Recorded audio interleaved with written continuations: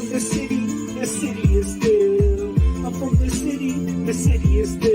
What's up, everybody? Welcome to Pittsburgh. I appreciate you joining me for another one of these Saturday live streams. As you know, Saturdays are your day because it's a Q&A. We do kind of whatever you guys want to talk about, and we're actually going to be looking into some big moves that Nate made this week with some cards. There's some major arbitrage to grading, and we're going to talk about some cards that Nate sent into PSA, got back graded, talk about kind of like what he had into them and kind of what he got out of them max value, because Nate's one of the max value guys. So I always like to look at the market from a different perspective, because I myself am admittedly slab whorish, where I kind of, I get it where the getting's good.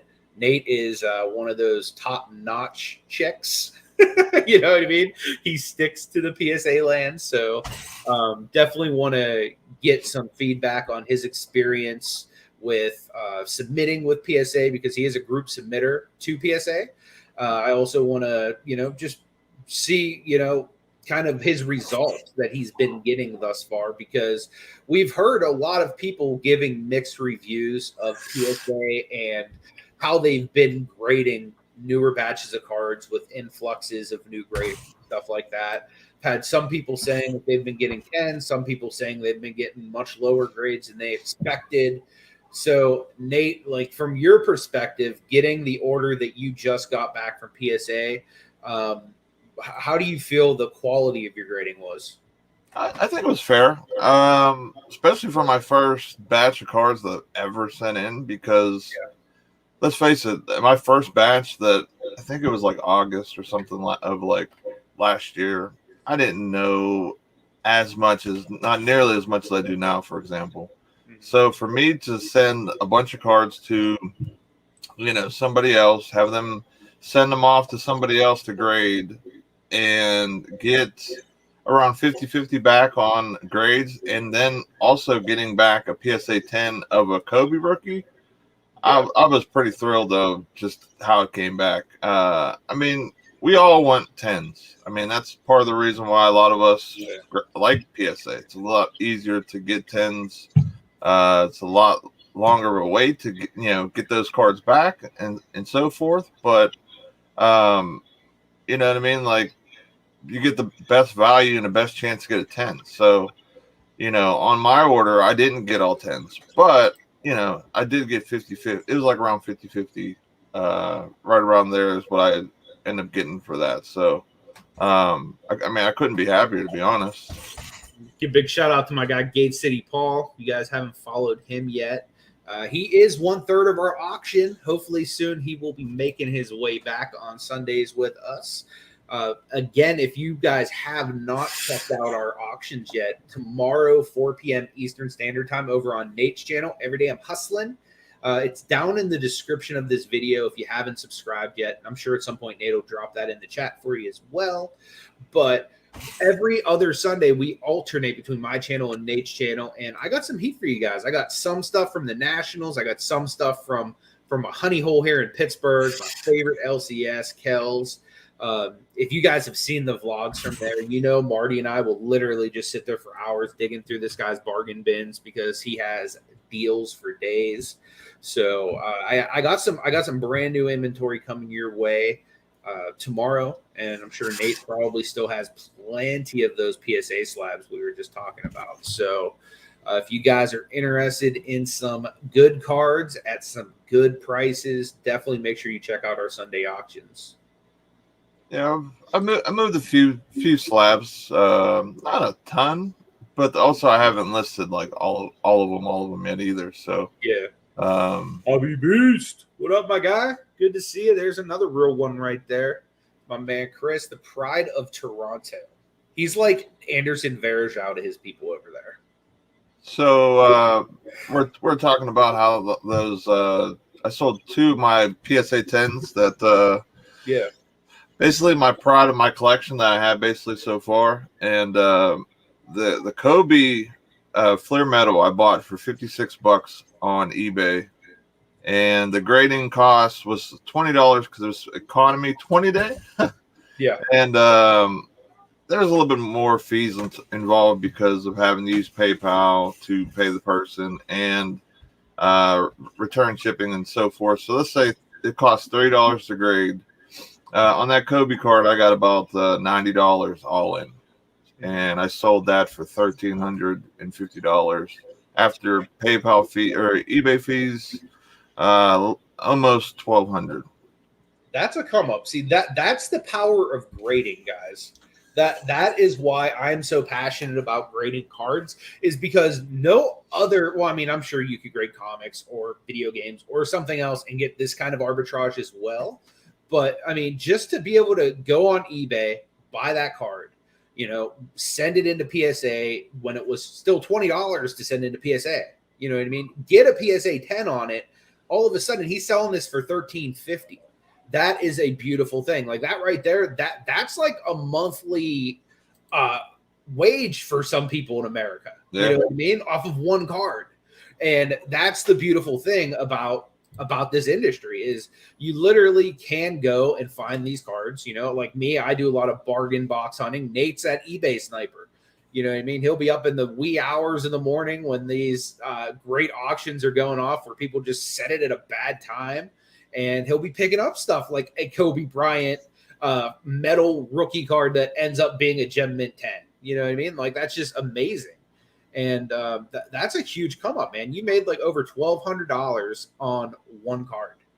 Like, yeah, that is a huge ROI. Like, what would be the ROI percentage on that? Oh, I mean, that's like I'm not good at math, but I know that's a high number. That's 12x at least. So I mean 1,200% or something crazy like that, something like that. And that's in a cooler market. Could you imagine, like, if we would go a year back in time, or even 6 months back in time, how much more, you know what I mean, you could have made on that? Or, you know what I mean? Like, should the market boom again? You know what I mean? Like, it's just insane to think about, like the way that this market moves and just how much money you can make. What is going on? Good to see you, my brother. Collection Connection in the house. Great to have you here, Alan. Paul says, do you guys think the U.S. team winning gold medal increases the value of the players on the team's cards? I would hope so. Especially like a Kevin Durant who like really balled out, or some of the other players that were really big down the stretch. I would think that would also add to their value, just like it would if, like, say it was NBA playoffs or whatnot. One thing that might have been like a unique arbitrage during that time, and it might be something I think about for the next Olympic Games. Like, for example, like those cards, like say Mosaic has, like, what if you were like trying to like flip like Kevin Durant Team USA cards, like during it? You know what I mean? Like, that probably could have been something I tried to do a little more of, because I have a lot of that just random stuff, that I just throw in a box. It's like, all right, that'll eventually make it into the auction, but it's like nothing like spectacular. But during like Olympics, like there's probably people like looking online, like, let me get some of these players in their Olympic jerseys. Especially like KD, as he's out there just like Slim Reapering, the rest of the world. Yeah, exactly. Yeah, I think like Durant stuff, I think will get a little nudge. People will have a reason to go, hey, I want to go buy his rookie card. I think he's going to be, maybe somebody was like on the fence, like thinking that he wasn't going to be like a Kobe or a Jordan type of guy or LeBron guy where people are just going to always want his stuff no matter what. So, I mean, maybe that helps kind of, gain a little bigger audience of people that, like him as a player. So, I mean, that's the main thing I would think for like his cards for the Olympics and stuff like that. Yeah, absolutely. So the other card you sold this week, man, like what kind of returns are you looking at on that? Now, another PSA 10 as well, didn't you? Yeah, the Aaron Rodgers I sold for $900. Now that one costs a little bit more to grade, but I really didn't have much into it. I bought a set of Topps 2005. I think it was retail back, like when I, like 15, 16 years ago. So I can't even remember what that cost, but I've made my money selling the cards individually easily already. So let's just say my cost on that was, I don't know, $5 for that card as a whole. It cost me $75 to grade, so around, we'll say $100 just to, be all in. After eBay fees, it's like almost $800 after fees. So make $700 and get something back a lot quicker. That's where when PSA had the Express, it made a lot of sense. To pay a little bit more money on those bigger cards, especially if it's going to 10. Like, that thing was beautiful. Like, there was no chance that wasn't going to 10 unless, like, somehow it got damaged during shipping or something. So, I was for sure on that one. That's why I sent that in. Yeah, dude, that was definitely a big time flip for you, man. Especially, like, buying that set way back when. You know what I mean? And just holding it all these years and still having so many cards in Gem Mint 10 quality is, like, that's huge, man. Especially when you look at Aaron Rodgers, is, like, probably going to be one of the better quarterbacks, by the time it's all said and done. He's having himself a nice career. And honestly, going into the season's a great time to sell, especially, like, guys like, we don't know how the Packers season's going to go. Like, obviously, we know that Aaron Rodgers is an elite quarterback, but, something happens, he gets hurt or whatever. Like, you cashed in at a great time, right as the football market's heating up and values are rising there. Like, I think, like, that's very smart, man. Like, you capitalize at a really good time, because not only is the football market heating up, but even, like, some of the basketball market's been heating up. Like, for example, Kobe was one of the bigger movers at the National. It was MJ, Kobe, LeBron were some of the bigger moving, GOAT basketball players. I mean, Luka was moving a lot there. There was some liquidity with Tatum, I saw. Football was super, super hot at the National, but then again, football season is upon us. You know what I mean? Like, Steelers just got their first dub of the season. Yeah, I've seen that. I don't know how fired up you were, but I was pretty pumped. To see that dominant Pittsburgh Steelers team come out with your favorite player, number 2, leading the team. Fumbled. I forgot they played on Thursday, but I did watch the highlights off of YouTube or whatever, like basically each, like, decent play or whatever the case is. Yeah. And I think there was a butt fumble in there, so shout out to what was his name, Sanchez for the Jets, who played for the Jets. But I mean, Mason Rudolph is going to be out of there. Dobbs and Dwayne Haskins looked smooth, and they played with third, fourth, garbage guys that probably won't even make the team probably. So I would hope that Dwayne Haskins gets to move up in that second spot or even start next week. And let's see him run with some of the starters, because he looked smooth back there. He looked comfortable. He didn't look phased. I mean, like I said, I didn't watch the whole game, but from what the highlights and just how he acted playing those snaps or whatever that I got to see, he looked good. So I mean, I would want him to start / second string next preseason game. Yeah, I would love to see him get a little bit of a run with, like, Claypool and some of the bigger targets. Maybe even execute Najee a little bit too. I think that'd be good. What's up, Sam Bai? Good to see you. What up? Friend over there in northeastern Ohio. Great to have you here. But yeah, man, I definitely would love to see Haskins get a chance to try to regain what he was, in college that made him a first-round pick, because, dude, he has a ton of talent. And the Steelers have, like, been kind of notorious for grabbing quarterbacks like that kind of fizzled out and kind of given them a good niche behind Big Ben. Like, if you look at, like, the Byron Leftwiches of the world, the Michael Vicks, the even Charlie Batch, for the most part. Tommy Maddox was a high first round pick that they were able to kind of bring in and have some success with, to a degree as well, pre us drafting Ben and whatnot. So right. I think if anybody, like, any team has a good chance of resurrecting a quarterback that's failed in another system, it's definitely the Steelers. Colbert and the coaching staff has shown ability to do that. Granted, a lot of the guys I just mentioned were under the Bill Cowher regime as well. But there's still a lot of guys on the staff, not so much the coaching staff, but like the general manager, Colbert. Man, we've had Colbert probably longer than I've even been a Steelers fan. You know what I mean? So like a lot of the front office, you know, with the Steelers, a lot of people that come into the organization become lifers. And when they move on, you know, it's either because they were promoted because of how well they did with the Steelers, or they just move into a higher position within the organization. So, yeah, I know, Sam, but I knew you were going to be loving them brownies. If it makes you feel any better, I'm highly considering making a trade for a Baker Mayfield autograph. So I think Baker's a buy, and I'm sorry. I think he's a buy. I like Baker. If you're gonna buy in on somebody, I think Josh Allen's the guy. Oh, Josh Allen's a good guy to get too. I just think Baker's a good one as well. Like right now, like I don't think with the value being as low as it is and with as much talent around Baker, you know what I mean? Like he doesn't have to be like a superstar quarterback to like make the playoffs and do well. You know what I mean? Like he just needs to be like serviceable.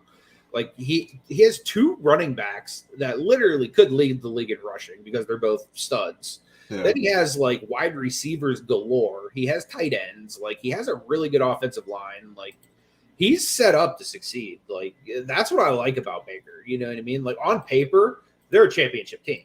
You know what I mean? But of course, we know how things go on paper in Cleveland because obviously your boy is a lifelong Cleveland fan as well. You know, not so much Brownies, but the Cavaliers. So like I know all about teams that should be X, Y, or Z. And I mean, even look at the Cavs last season, man. They started out like on fire and they ended up with the number 3 overall pick because they fizzled. So, and the Browns have had kind of a history of that as well. You know what I mean? Underachieving, stuff like that. But I love the talent around Baker Mayfield. And I think Baker is still a really good quarterback that hasn't really fully developed into what he can be yet.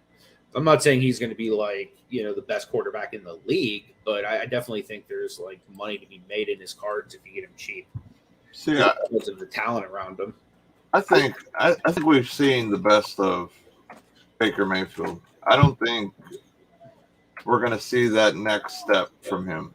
And partly not because of his skill level.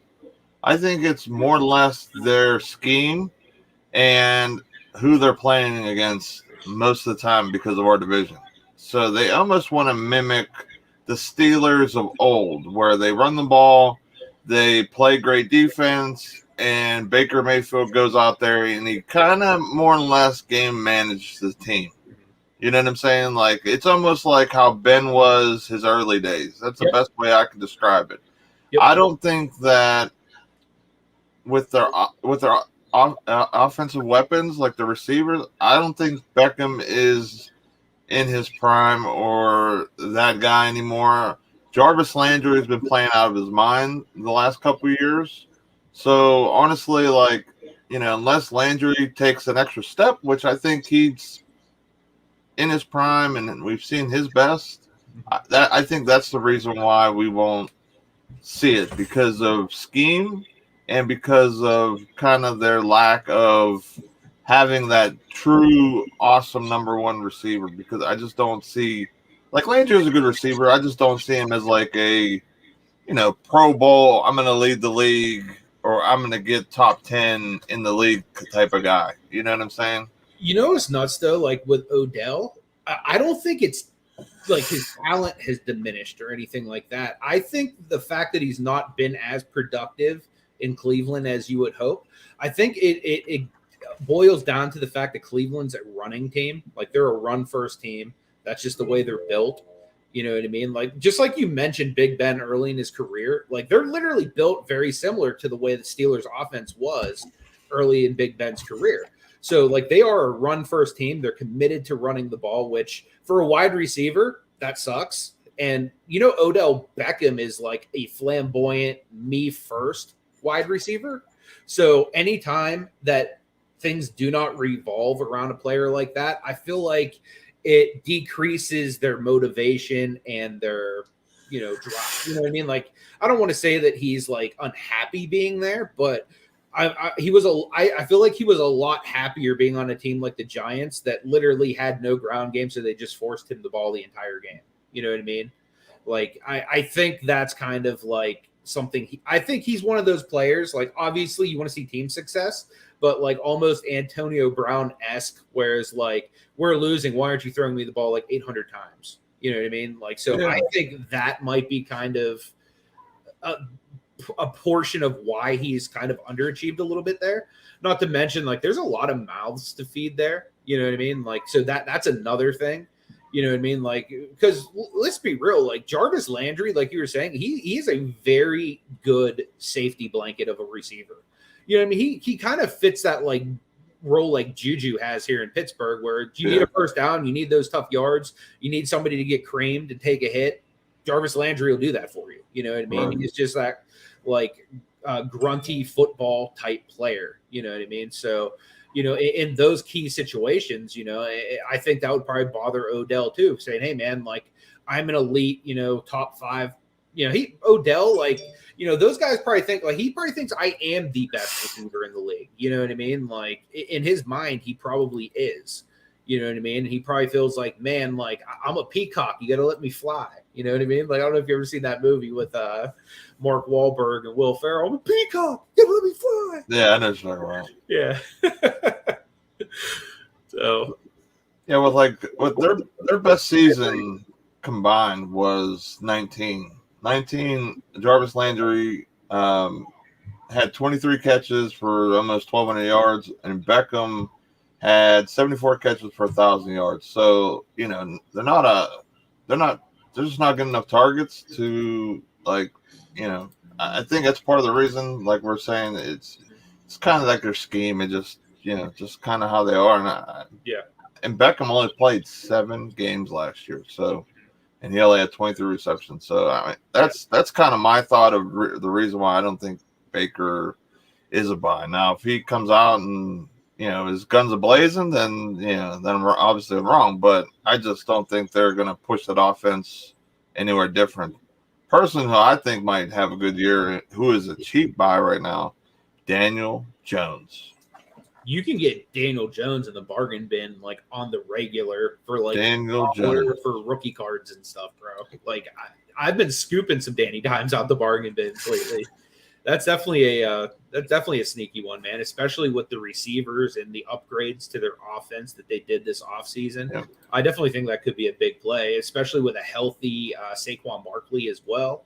Because, dude, Saquon is an elite athlete, dude. I knew just from him being at Penn State, man, like this dude's elite. And you know what? Honestly, Penn State, like they produce like elite running backs. Like you think of Larry Johnson, Franco Harris, like so many like just workhorse like type running backs that Penn State is like just turned out.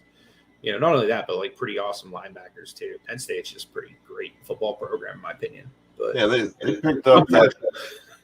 They picked up that Kenny Galladay, who was with the Lions. He was a guy that, was with Matthew Stafford. I mean, I liked him He's got a lot. Big potential. Yeah, I mean, big receiver can, I'll jump you. Had great seasons with Detroit. So you add him to Darius Slayton and Sterling Shepard, which Sterling Shepard's almost like a Juju type receiver too. / Deon Johnson, like our short yards guy, like who likes just run around all the time. Mm-hmm. So, like, you add a guy like that with those two guys who, Slayton is a home run guy. Sterling Shepard's like a Hines Ward, dink and dong first down kind of guy. And you add that guy. And Daniel Jones is a talent. I just don't think he had the pieces around him. You add Saquon back. I mean, I think if anyone wanted to go out on a limb and get somebody, Daniel Jones is that guy. Go get his silvers and prisms now and thank me later. Mm-hmm. Yeah, dude, I hope he takes that leap, man, because I definitely have a bunch of his cards I've recently picked up and just kind of have set aside, like just bargain box fodder, man. Like it's amazing. Like you get like optic rookies and stuff in the bargain box of this dude. Now again, I'm talking base, but I mean for a buck, like sure, it's a quarterback. Yeah. If he has any kind of season, like that card's going way up in value. The thing you always got to look at too is the market that he's in. You know what I mean? Like the Jets are not going to be a fantastic football team this year. So a lot of people are probably going to be cheering on the Jets or Giants. I mean, hoping that they become something or at least watch their games. So if the Please stand by. He does have a great running game as well to lean on. I think that's for young quarterbacks need a strong running game because, dude, you can't rely on a guy that's still developing to kind of do everything.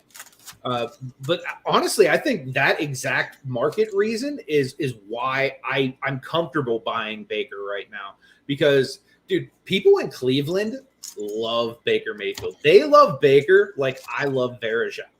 Like, for real, man. Like, any Ohio card shows I go to, like, Baker is, like, the darling, bro. Like, all the time. Like, people just love Baker Mayfield. So, like, even when he's down, people are still buying Baker because they just love him in Ohio. So, I just think, like, he's, like, the closest thing to, like, a LeBron that they've had there since LeBron left. You know what I mean? So, like, he's like the big athlete there right now, kind of. So I think just because of that, like he's just so beloved, you know. Plus, like he actually gives the Browns a strong chance of winning because, like, let's be real, he's the best quarterback they've had in a really long time. You know, he could be the best quarterback they've had since the relaunch of the franchise. You know, like theoretically, like once it's all said and done, you had some nice years with Derek Anderson. You had some nice years, you know, with some other guys in there, but I mean, he theoretically could be the most talented quarterback Cleveland has seen, you know, since, you know, the doo-doo pigeon bird Ravens were the Browns. Yeah, I think that's why, you know. Exactly, Sam. And honestly, I would too, you know, being a Clevelander. You know, I would gladly wear a Baker. Honestly, like if I wasn't a Steeler fan, I would buy and rock a Baker jersey.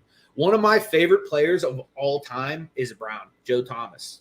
I PC that dude like crazy. Like I absolutely adore Joe Thomas as a player. You know, I played the exact same position. So like guys that like played the position I play, I always kind of like looked up to and stuff. So, but yeah, like honestly, Joe Thomas is probably one Browns jersey I would rock. Or Joe Hayden because he became a Steeler. Dude, how about Joe Hayden in Cleveland? He has a sneaker shop like for like the really high end stuff that like gets sold out. You know what I mean? Like immediately, like Jordans, like all kinds of like collabs and stuff like that. Like like Loki. I want to like go in there one time when I'm in Cleveland. It's one thing I've not done when I've been in the city of Cleveland. And then I also want to go to the coffee shop that was made by Machine Gun Kelly because he has one there too. So those are on my bucket list for the next Cavs game I go to. Coffee shop and what else did I just say? The other thing I just said. I brain farted. Shop? Yes. You can pick up Daniel Jones PSA 10s right now for under $200. Select silvers in 10s for under 200, and Prism right now I'm looking at red, white, and blue that went for 188. So I think that's a still for a lot of potential for an investment. Alan says, I'm happy everyone is ignoring Locke. The team is stacked, and he has better stats than early Elway and Manning. When he tried the same O coordinator in college 2 years ago, he tore it up. Dude, I hope he does kind of, you know, rebound, man, because, like, honestly, I've always low-key, like, kind of liked and respected the Broncos. I was a big Elway guy growing up, you know, and I like Shannon Sharp a lot, and, you know, that team was pretty awesome. So, I've always low-key liked them. So, like, I've always wished them luck, and they've just had horrible – I mean, since Elway and Manning, they've had, like, really horrible luck with, you know, serviceable quarterbacks. Yep, exactly. I love that when players are like loyal like that to a team. Like that's how Jerome Bettis was late in his career. He goes, you know what, guys? I love being in Pittsburgh. I love this city. I love this team. I love what it stands for. So here's what I'm going to do. I'm going to take a pay cut every single year. I'm going to take a diminished role every single year. And the guys you're bringing in to take my place, I'm going to mentor them and I'm going to help them help you win a championship. Like I love that about certain players. You know what I mean? Like, and Joe Thomas was definitely one of those guys too. You know what I mean? Loyal as heck to the Brownies.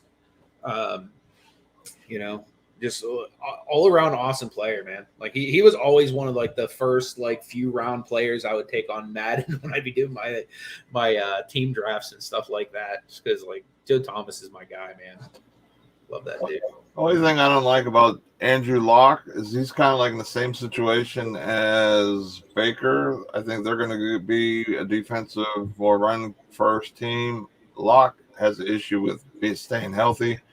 He's only played 18 games in the last 2 years, and his touchdown to interception ratio is like even, which is really, really bad in today's NFL. So, if he can get his accuracy better, and hopefully him and Jerry Jeudy, turn into a nice 1-2 punch, then there could be some potential there. But I honestly think that's where Aaron Rodgers is going to go next year. So that would be my worry. That would be something to look for, and pick up your Jordan Loves now while you still can. I fully understand. Denver, man, they T-bowed us back. What was that? Was that 2012 or no? That was like 2016. I don't even know what year it was, but they T-bowed us, man. It was 2012 actually, I think. Playoffs of 2012. Ike Taylor getting burnt by Demaryius Thomas. Man, my heart still hurts from that game, Nate. My heart still hurts. So, like, I fully understand. Plus 1997. That was 2012. Nice. And then 1997, we were killing the game too. Cordell Stewart to Yancey Thigpen, little Jerome Bettis action. Great defense. Blitzburg. Denver Broncos came in. John Elway, they're like, you know what, guys? We're going to take the chip this year. And I was not happy about it because my man Cordell needed a ring. He never got one. Dude, I got to tell you, though, like I am one of the world's most foremost Cordell Stewart collectors. Have you ever seen that movie, Tales from the Hood? It's kind of like a Tales from the Crypt, Twilight Zone type spinoff, but it's like all like hood based. I think I have. Dude, I have a starting lineup doll of Cordell Stewart from 1997, either that or 98. I can't remember. It literally looks like one of the little killer dolls in there. It's amazing. Yeah, it's definitely part of my cherished Cordell PC. But I mean, dude, I'm from Pittsburgh, and literally I fell in love with the team when Cordell was like in his like heyday. When Cordell was Slash, he was the man. But then when he became our starting quarterback, it went downhill after that. He had some really good years, though. He had a Pro Bowl year in 2001. That was another year that, I thought we had a real good chance at winning a championship. You know what I mean? Like those early 2000s, like 2000, we missed the playoffs altogether. 2001, that's the year freaking what was it? Drew Bledsoe came through. Tom Brady wasn't even playing. The freaking Patriots beat us in the AFC Championship game, which I'm still never going to forgive the Patriots for, because something you guys may not know, your boy used to be a ball boy for the Steelers growing up. And if the Steelers had beaten the Patriots in that freaking game, I would have went to the Super Bowl with the Steelers. And Drew Bledsoe, Bill Belichick, and them jag-off Patriots robbed your boy of that. So, yeah, I no forgiveness for the Patriots. They robbed me of my Super Bowl aspirations. I literally could have walked the sideline as a ball boy. That would have been amazing. Dude, that would have been awesome. Yeah, for sure. So let's see. I'll send you some Stewart and Bettis. Dude, that would be awesome, man. I PC both of them. Jerome Bettis is low-key like my favorite like overall football player of all time, just because I love the way he played. You know what I mean? Like, first of all, he was a guy that was overweight. You know what I mean? So me being a kid that was overweight, like I was like, this is my guy. You know what I mean? Because he showed up and he was just a beast. He was like, you know what? I'm just going to be dominant. I'm going to run you over. I don't care if you're Ray Lewis, Brian Urlacher, whoever you are. I'm going to just truck you and I'm going to get mine. You know what I mean? I just love that about Jerome Bettis. And it was literally Steelers smash mouth football. He was a Pittsburgh Steeler, you know? Like he just, I love Jerome, man. I really do. And Cordell, man, like he was awesome. And like that was the era that I was a ball boy for them too. So like I know these guys personally. So like they'll always be special to me. Like when I think like T.O. crying up at the thing, like, that's my quarterback. That's how I feel about Cordell Stewart because he was my quarterback. You know, I was there in the Cordell Tommy Maddox years. You know, Big Ben was drafted literally the year after I was no longer a ball boy. So like I was there for the Cordell Maddox years. And Cordell's my guy, man. Love me some Cordell Stewart. Todd, what is up, bro? Good to see you, my man. He said, are you saving up to buy massive amounts of Evan Mobley rookie cards? Absolutely. Yes, I am going to be buying Evan Mobley like I'm buying Isaac Okoro currently. So my plan for Mobley is to try to get every one of his rookie cards that aren't like super, super expensive, like, you know, like the crazy 1-of-1, stuff like that. So like, for example, like Prism, I'll probably to build the rainbow, I'll probably try to get at least one auto per set that aren't like the super big ones as well. Like I've tried to do with Okoro. There's some sets that I have multiple autos of Okoro from. But yeah, I do want to try to collect Mobley pretty heavy.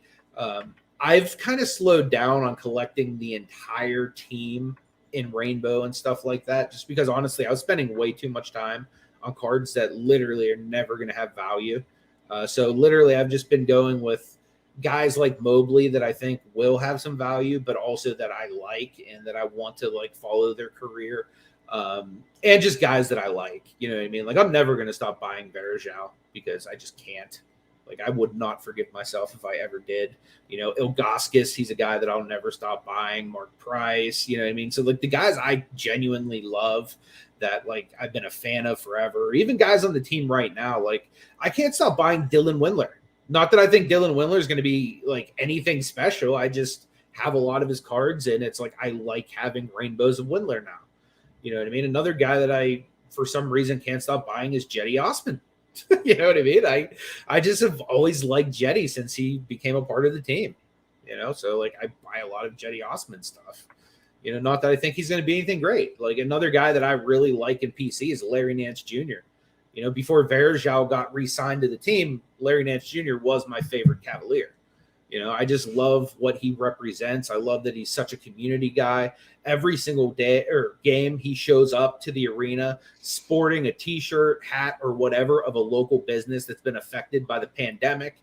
You know what I mean? So he like genuinely cares about the area. He grew up with his dad being a part of the team. So like he genuinely loves the Cavaliers, loves Cleveland. So like guys like that, like I love, you know what I mean? Like people that want to be in Cleveland, you know, because ultimately you get a lot of guys that don't want to come to Cleveland, you know, like who wants to go be in a small market, you know what I mean? It's not probably the sexiest free agent destination, especially when you don't have a LeBron James there, you know what I mean? So like I understand that, and like to get guys like a Larry Nance Jr. that love the team, that want to create culture and make it better and be as good as it can be. Like I love surrounding the team with those type of guys. But yeah, Mobley is definitely a guy that I'm going to invest in because honestly, I think he's going to be a really good NBA player too. You know, a lot of what I've heard from his scouting reports, and like obviously scouting reports don't always materialize, but they're basically saying the guys like Chris Bosh on offense and Anthony Davis on defense. So if he's even half of that, he's going to be a very, very good player for the Cleveland Cavaliers. And they just locked up Jared Allen long-term as well on a pretty nice contract. So like they're going to have their front court pretty much set for years to come. You know what I mean? Like they're probably going to make some moves. I wouldn't be surprised if they move Sexton to, try to get something that fits a little bit better with what they have. But I think they're going to be a really good team. They have some really good players that play defense too, which I really, really like. Players that'll just grunt it out. Because even if you look at this NBA Finals, the teams that were there were good defensive teams. You know what I mean? Like the Bucks, like they are an excellent defensive team, and I don't think they really get credit for being as good defensively as they are. But that's a big part of why they won a championship, because of their defensive prowess. So I think the Cavaliers have some players now that are, basically defensive stalwarts. You know what I mean? Like Okoro was known for his defense coming out. If he develops an offense, you know what I mean? Like that dude could be lights out. You know what I mean? Not saying that he doesn't have an offense, but his comparison coming out of college was Kawhi Leonard. You know what I mean? Those are big shoes to fill. You know what I mean? Like he has potential to get there, but he also there's a lot of mouths to feed, a lot of young mouths to feed on this Cleveland team. Who do you think were the big winners in free agency? That's a good one. Actually, there's a couple things. I think Thibault got a little bump, played well in the Olympics. Excited to see his growth. Yeah, I have a lot of Thibault at PSA right now. Nate has submitted tons of Matisse. And you know what? Honestly, like I like guys like Matisse. You know what I mean? He's willing to get in there and just grunt it out. Like those are the type of guys I enjoy watching. He's definitely an effort guy. Those type of cards, Verajao, are such fun to find. Yep, exactly. And honestly, I was buying Verajaos for $1 at the National, but they were nice. I got like a select silver. I got all kinds of really nice Verajaos. So who do you think were the big winners in free agency, Nate? I love what the Lakers did. Even though I'm sad to see my homie, the GOAT, Caruso go. But, yeah. I mean, to basically keep two players and trade everyone else, basically, from what it looked like, and pick up Russell Westbrook and got all that shooting. You got Carmelo. They're a little bit older of a team, but I think, honestly, I think they can lean on those guys more during the regular season. So this way, LeBron, AD, Russ, they don't have to, play every game or mostly the whole season and play heavy minutes. You can kind of have a deep rotation with that team because it is all players that kind of mesh well, and you can, set up, differently. The only person on that team that I probably don't like anymore is probably Marc Gasol, but I mean, we did sign to a 2-year contract. Mm-hmm. No one's really going to take him unless you just basically give Gabe picks or something. So yeah, but he was also a cheap player as well. So I mean, for what he did with the Lakers, and even in the last game of the year for the Lakers, they actually benched and sat Drummond and started Gasol because they play better with Gasol. Gasol is another guy who's a playmaker. He just doesn't, he's not as reliable as he once used to because he's just getting older. So, I mean, I really like what they did. I think they did stuff that I didn't even know they could do. I mean, they got another superstar and were able to fill the roster with awesome players, better than last year, I think. If he wins a chip, he definitely will, Mass. Definitely. Dude, I think Melo, low-key going there, that's a big pickup, man, because he's willing to take that diminished role. And, dude, that might even start. You never know. Yeah, I mean, dude, he's still got some gas, I think. But speaking of Andre Drummond, man, were you surprised to see him go to Philadelphia? Most likely come off the bench. The NBA is one that you have to be basically a guy that can shoot. I mean, unless you're the Utah Jazz, who put a max deal in for what's his name? I can't think of his name. But Rudy Gobert? Yeah, Rudy Gobert. Unless you have a guy like that, you know what I mean, where you really feel like he's the piece you need to win championships and games, you need a floor spacer because you want to be able to make easy, passes the lane, draw fouls, and you just need the floor spacing. You've seen kind of what happened last year with the Lakers.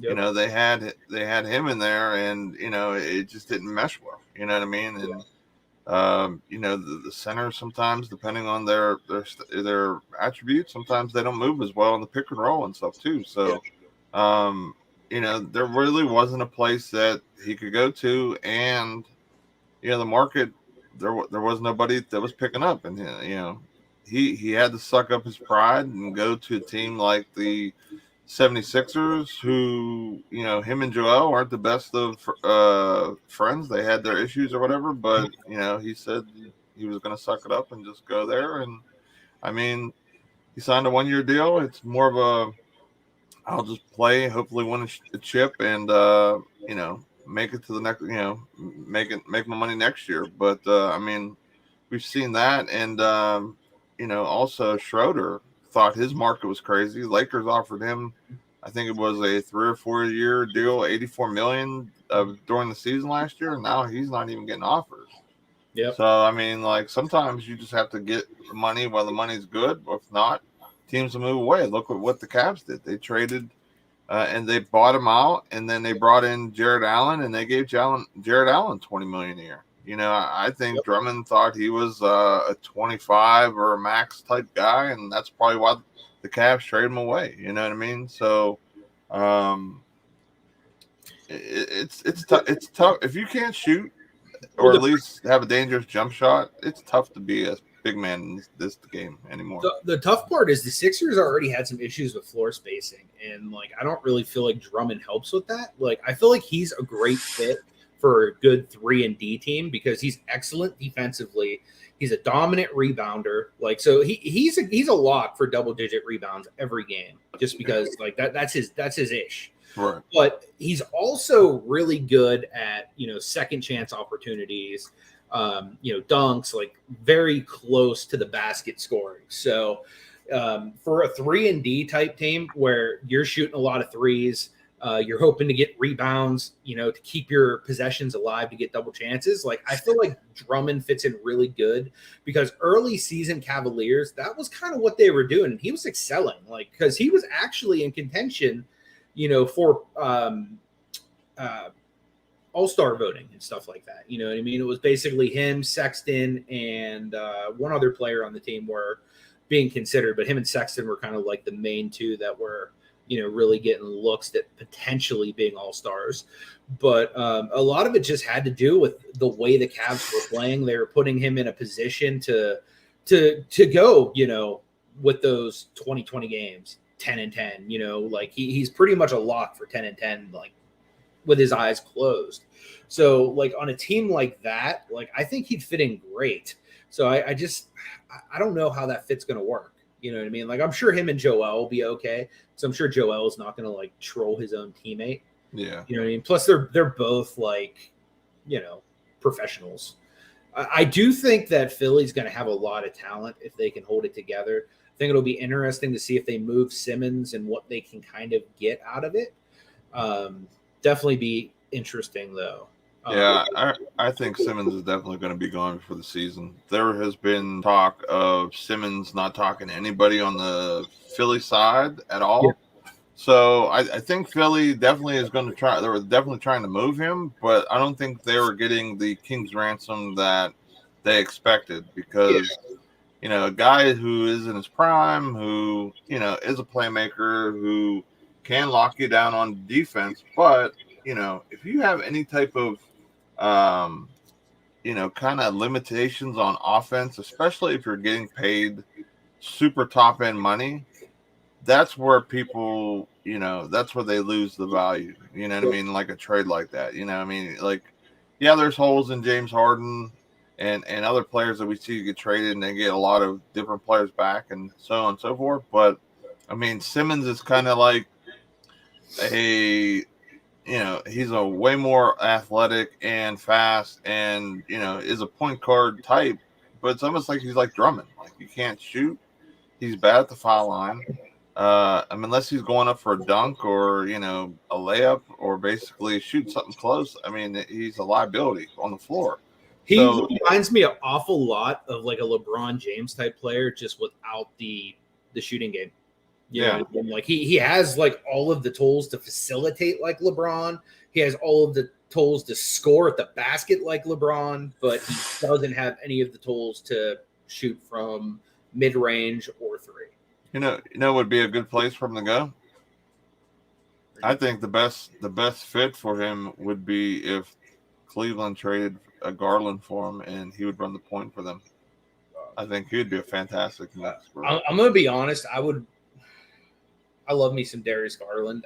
I think Garland's going to develop into like a top 10 point guard eventually. I think he's going to be good, man. Like, honestly, I think right now Garland's the best player on the team. What? I think Sexton right now, that guy. Dude, honestly, I think Garland's better than Sexton. Like, and I think Sexton's great. Like, I love Sexton. You know what I mean? Like, he has a rat tail, for crying out loud. You got to respect a man who rocks a rat tail in 2021. You know what I mean? So, like, I am down for some Colin Sexton. But, dude, I just love Darius Garland's potential. Like, we haven't seen him do, like, what he's capable of yet. Like, I'll watch these mixtapes on YouTube of him all the time. And he's out, like, with guys like Ben Simmons and other, like, NBA players, just, like, doing, like, pickup games and stuff. Dude, this guy is, like, ridiculous, man, with his handles and stuff. Like he hasn't shown what he can do yet. Like, I'm telling you, I think Garland's so much better than we've seen. Like, I think if you'd ask the Cavaliers who their best player is right now, I think they'd probably say Garland. Because, like, he has so much raw talent, man. He's dripping with it. I see Garland as like I'm a homer, too.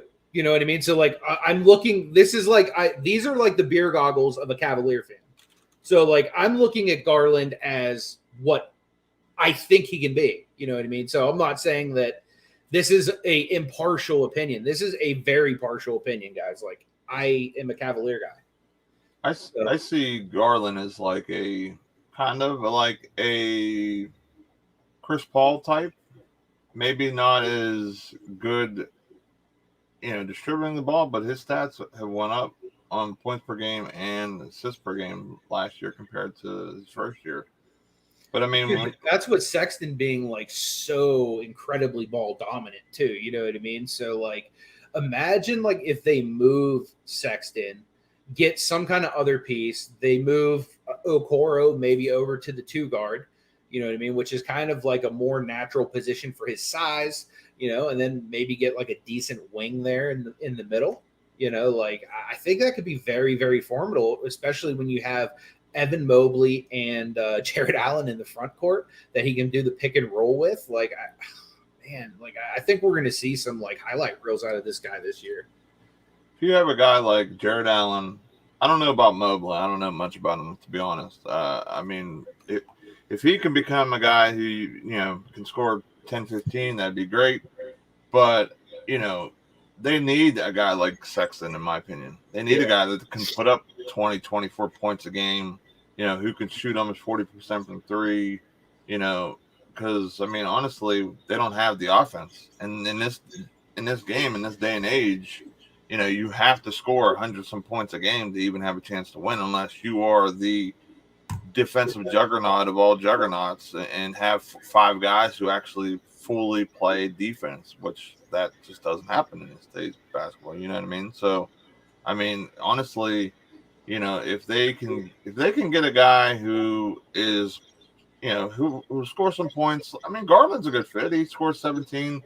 I think his numbers need to go up a little bit to be a perfect fit for them. That's why I was thinking maybe Simmons would be a good fit there, because Simmons is going to score some points and he's going to definitely rack up some assists, and then he plays good defense. The only problem would be floor spacing. You know what I mean? Like, we would need a little bit. Like, granted, we're going to have like somebody that plays a hybrid of the 4-5 that can shoot threes now in Mobley. You know what I mean? Because he does have a little bit of shooting game like Chris Paul did, Chris Bosh. So there will be a little bit of spacing there, but as far as like guards, like, especially if we don't have Sexton, you know what I mean? Because Okoro is not really a natural shooter. He definitely has the ability to develop that game, but we definitely need some, some shooters, and that's where I think like Garland can really come in handy, like, with his range and stuff like that as well. Dude, Bob, I would love to see this happen, like a LeBron Bronny Cleveland Cavaliers championship. Like, that would be amazing. Like, if we have LeBron James 2.0 and like we're a dominant team for like a decade, I would be so flippin' happy for that to happen. But that would be amazing to see LeBron and his son win a title together. It'd be even better to see it happen in Cleveland. That'd be amazing. Little LeBron trilogy complete in 2025. I hope so, man. Like, I want to see LeBron continue to do like big things just because I've invested into some of his bigger cards. Like I have his Topps paper rookie card. I have his Topps chalk toss. I even have his hoops chalk toss, and a couple cards like that in my PC. Like, let's be real. Like, those are probably going to be like hand me down to like future generations of me. So dude, I don't see myself moving off of those just because of what he's meant to like my fandom as a Cavalier fan. You know what I mean? Because like, it's like we came so close, and then Jordan stuck a dagger in our hearts in the 90s. You know what I mean? And like, that was when I was like first really becoming a Cavaliers fan, because I started going to those games in the Mark Price, Brad Daugherty, Larry Nance Sr., Craig Elo era, and they were decent in the mid 90s, and then Michael Jordan was just a thing. I remember one of Jordan's most famous games was in the playoffs, killed my Cavs, but then LeBron came around, and, between like a lot of those years, we were not a very good team at all. LeBron changed that. We went back to being a crappy team. LeBron changed it again, so like, I love LeBron and what he's done for Cleveland, and every time he's around the franchise, they're championship quality teams. Like, even in like the early years where they were knocking at the door and just losing, you know what I mean? Like, LeBron still made them competitive. It's like, for example, like Tom Brady. You pluck him off the Patriots, they were perennial Super Bowl favorites. Almost every year Brady was starting there.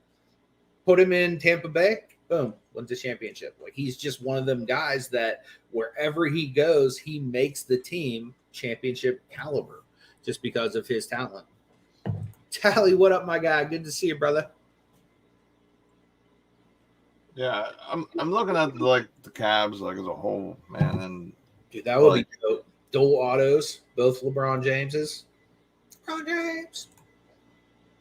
They're built for a Sexton type guy. That's why I think that you guys would need that guy, man. Yeah, I like Sexton, man. I'm not gonna lie, I do like him. One thing though, I would do if I was the Cavaliers and I could go back in time, I would have taken Michael Porter Jr. Just because I like MPJ a little bit better, but Sexton's still a really awesome player. I mean, honestly, you could have had Shai Gilgeous-Alexander there too, but they passed on even getting him to pick up Mobley.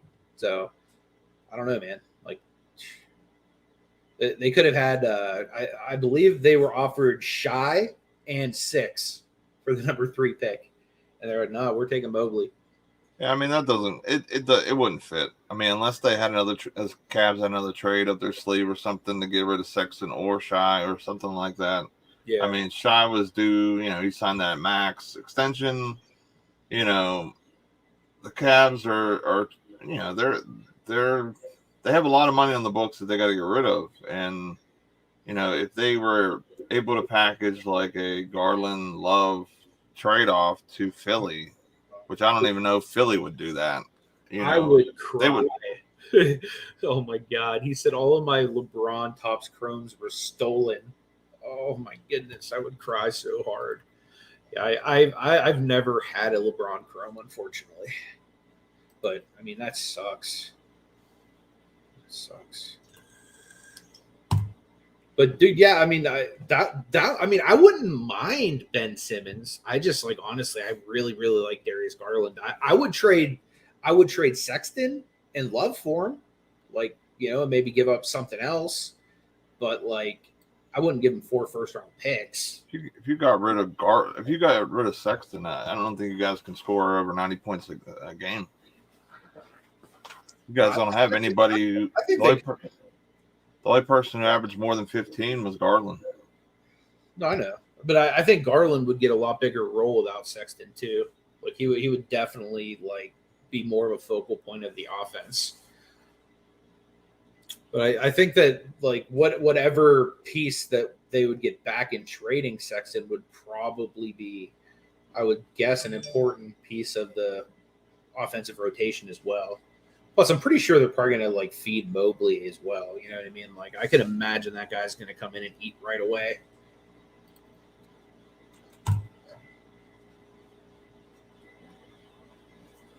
Yeah, I totally agree. I like Shy. I think he's a great player. I would have liked to have seen him as a Cav. You know, if he wanted to do like the long term thing and rock it out with us, I'd have been cool. Little SGA action. Also, I'm good with Mobley too. So I mean, I'm thinking they probably could have ended up with like a SGA Kuminga like pairing or something like that through the draft. But I mean, I guess they just wanted to have a dominant front court for like years to come, and I guess they were kind of comfortable with kind of what they had, and maybe they have some kind of a trade up their sleeve, whether it's mid-season, before the season, or whatever for Sexton or whatnot.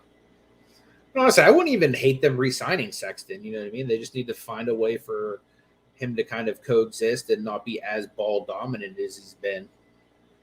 I don't see him being ball dominant as a problem, to be honest. I think that's exactly what you guys need. Like honestly, like if you look at the Cavs, I don't know what. Like I said, I don't know what Mobley's going to do. I'm looking at highlights right now as we speak, just to kind of get a better feel of what he is. But yeah, you got Jared Allen averaging 13 points a game, basically kind of like a Drummond type.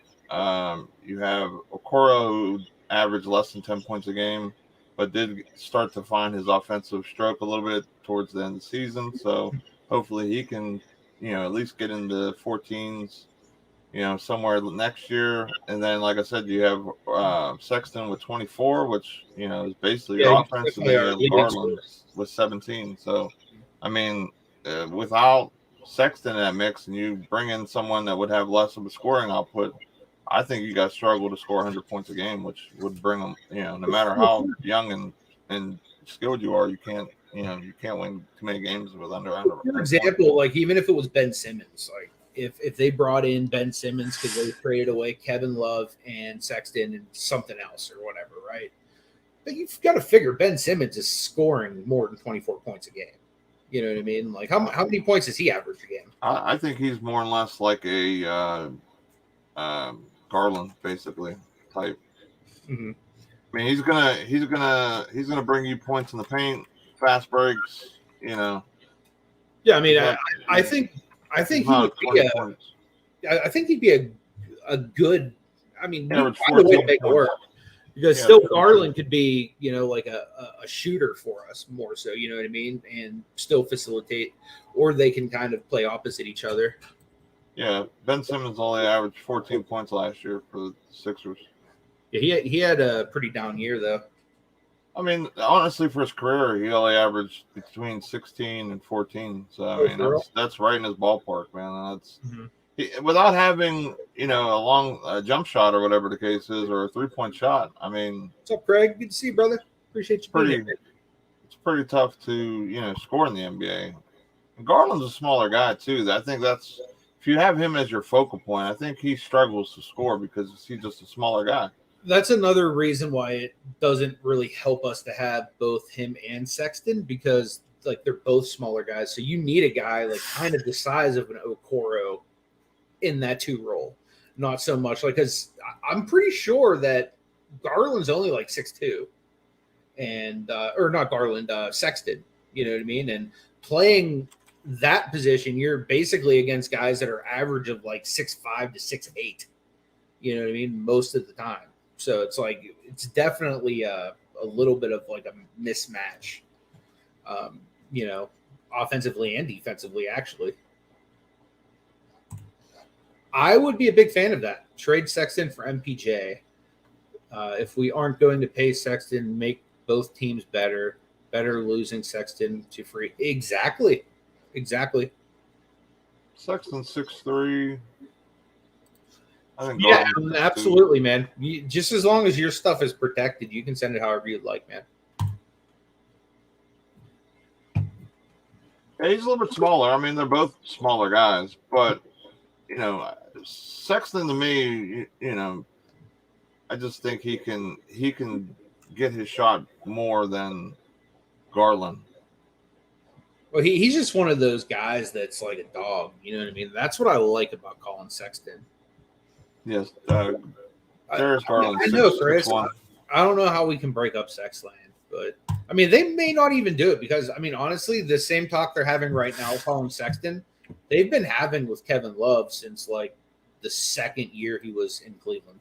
You know what I mean? And he was a very big piece of the puzzle for the Cavaliers. So who knows? They literally they could do anything. I mean, I wouldn't be surprised to see them move him though, because honestly, if you're not going to pay him, like the nucleus you're building, like there is potential to have something really special in Cleveland, and I'm excited to see what's going to happen because they have so many young, high draft picks right now on their team, and it's going to be exciting to kind of see them all mesh together and see what they're going to do as far as trades and additions and stuff like that.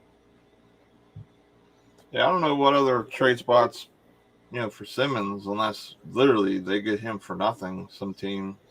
I mean, a lot of people don't have a lot of cap space left, so it was just like we're talking about with Schroeder and stuff like that. So yeah, it'll be interesting to see what happens there. Unless I know with the signing trades, or things can be done a little bit differently, or just a trade outright, just like the Lakers and Washington and Wizards did and everything. I mean, we did jump off a lot of salary, but I think we still took on more salary than what we gave up. Yep, I agree, Tally. I definitely think that, honestly, they're probably going to use Sexton to get off of Love. I would not be surprised to see that be the case. They'll probably take much less than Sexton's worth just to get off of Kevin Love's contract so that they can continue to, kind of rebuild and have a little bit more financial freedom. I was surprised to see that they were grabbing Kemba too. I think Kemba will do good for them though. But yeah, I'd much rather have Sexton than Kemba personally. I mean, they got Kemba, they got Derrick Rose. I guess Derrick Rose is going to play shooting guard. Then they're going to put R.J. Barrett at the 3. Then you got Julius Randle at the 4, and I don't know who would be at the 5 for them, but I guess Norland, Noel or whatever. Oh yeah, they do have Mitchell Robinson. Well, I think he's a free agent too. I think. Oh, is he? I think. Dude, yeah, I think Precious was like an underrated pickup for you guys, man. Like, I think Precious Achiuwa has some value, man. I think he'll be a good player. Yeah, I like Precious. I definitely like Precious. He played well for the Heat when he got an opportunity. Hey, see you later, Sam. I appreciate you being here. Let's see what Mitchell Robinson's contract is real quick.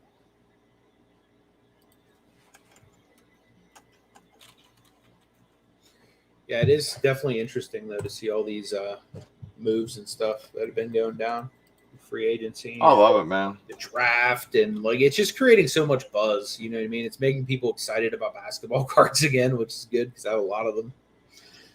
Happy about that. But I mean, also it's like you're seeing like your favorite teams start to like make moves, get better. It's really cool to see. It's a good time of year. This is one of my favorite times of year. Fantasy football starts getting kicked up and going. Speaking of which, I guess we should get to the other part of the title, fantasy football update. Do you want to give an update on the fantasy football leagues that technically that you're running, but that I'm also a part of? So the first league is full. It's everyone, I believe. Let me double check real quick.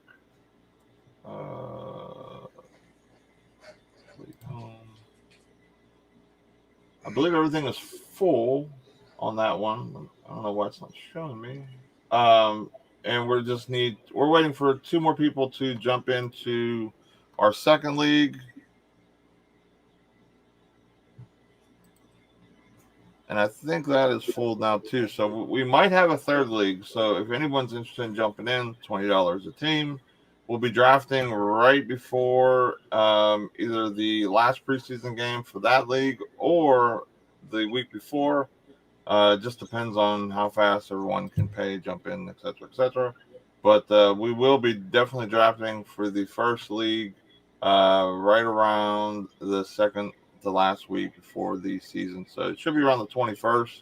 I'll keep everyone posted. I'll get in contact with everyone who's in the league. I want to try and make sure everyone can be there. We'll probably do something similar to what we did in years past, where we'll probably do like a live where everyone can hop in who's in the league. You don't have to have a face cam or anything like that. You could just have, yeah, exactly. If you can't make it, no problem. I know some people, they'll just draft on the phone app as they're maybe working or doing whatever. But we will try and schedule it so this way everyone has an opportunity, hopefully, to be in a computer chair or whatever, or comfortable position to draft and not have auto draft kick in, because we don't want that to happen. So Definitely. it'll probably be on a Saturday, I'm guessing. The 21st, I believe.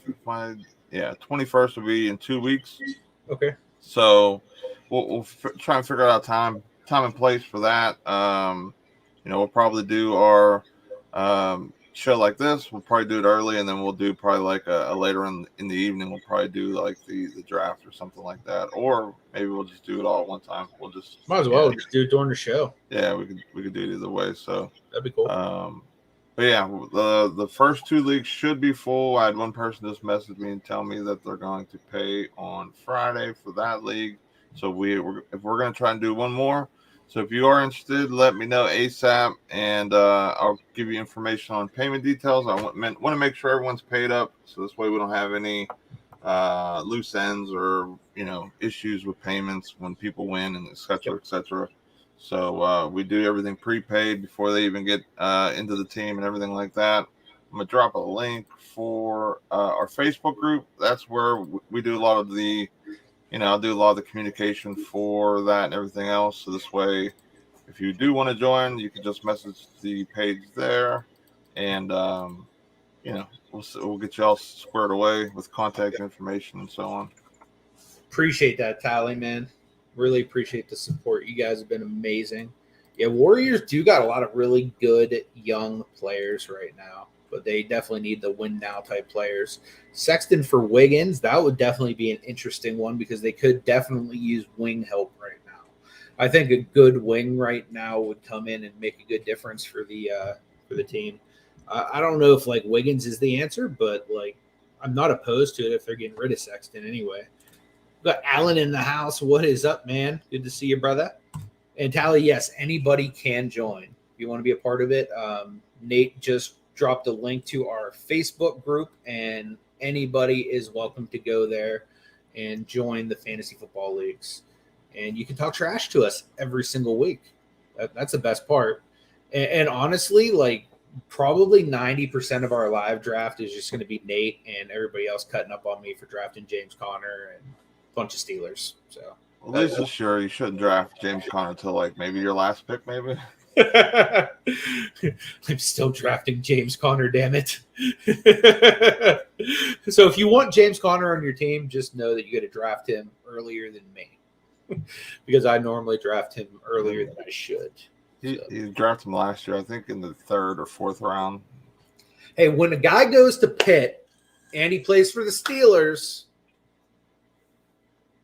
do I have to say any more? I draft him in fantasy football.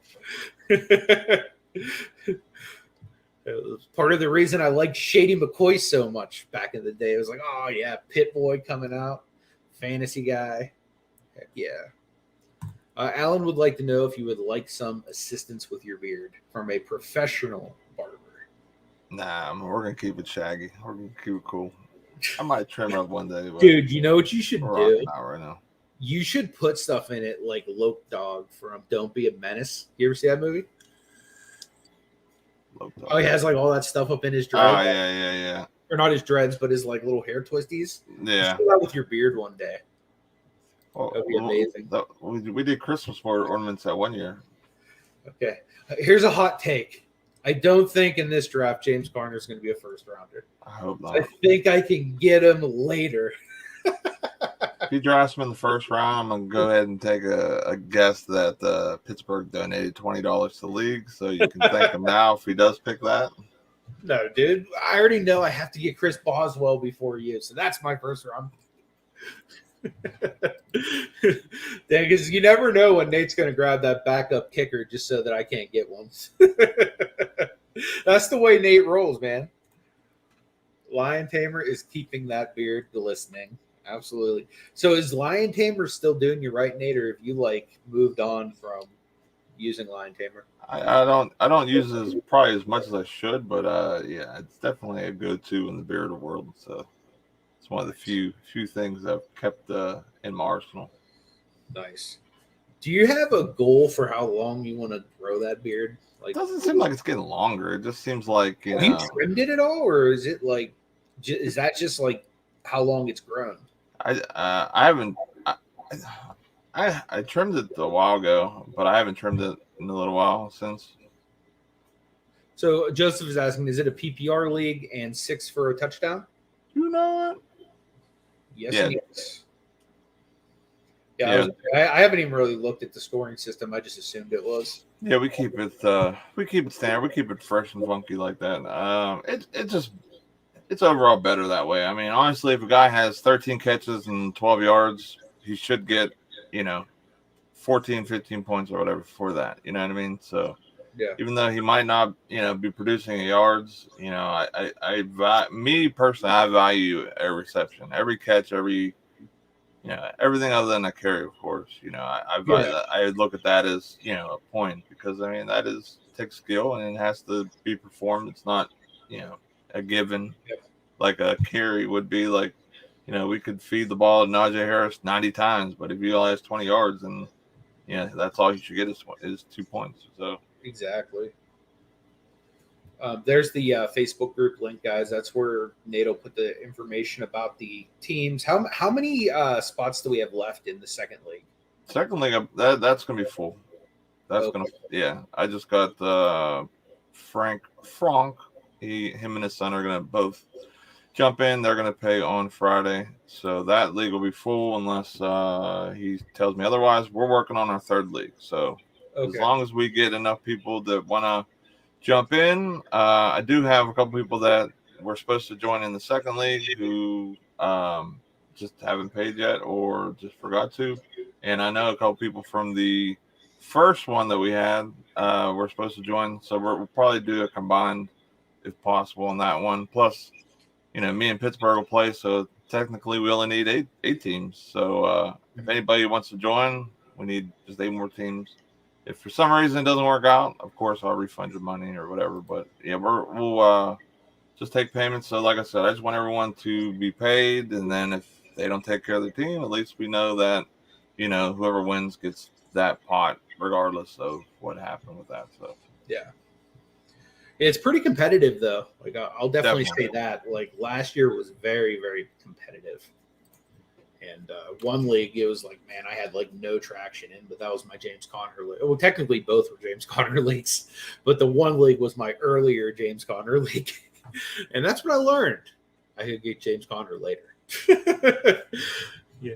But I won one, Nate won one. It was a really good time. And trash talk was had by all. So again, if you guys are interested, we would love to have you be a part of the league. It's open to everybody. You don't have to be a content creator or do anything. You just have to like fantasy football.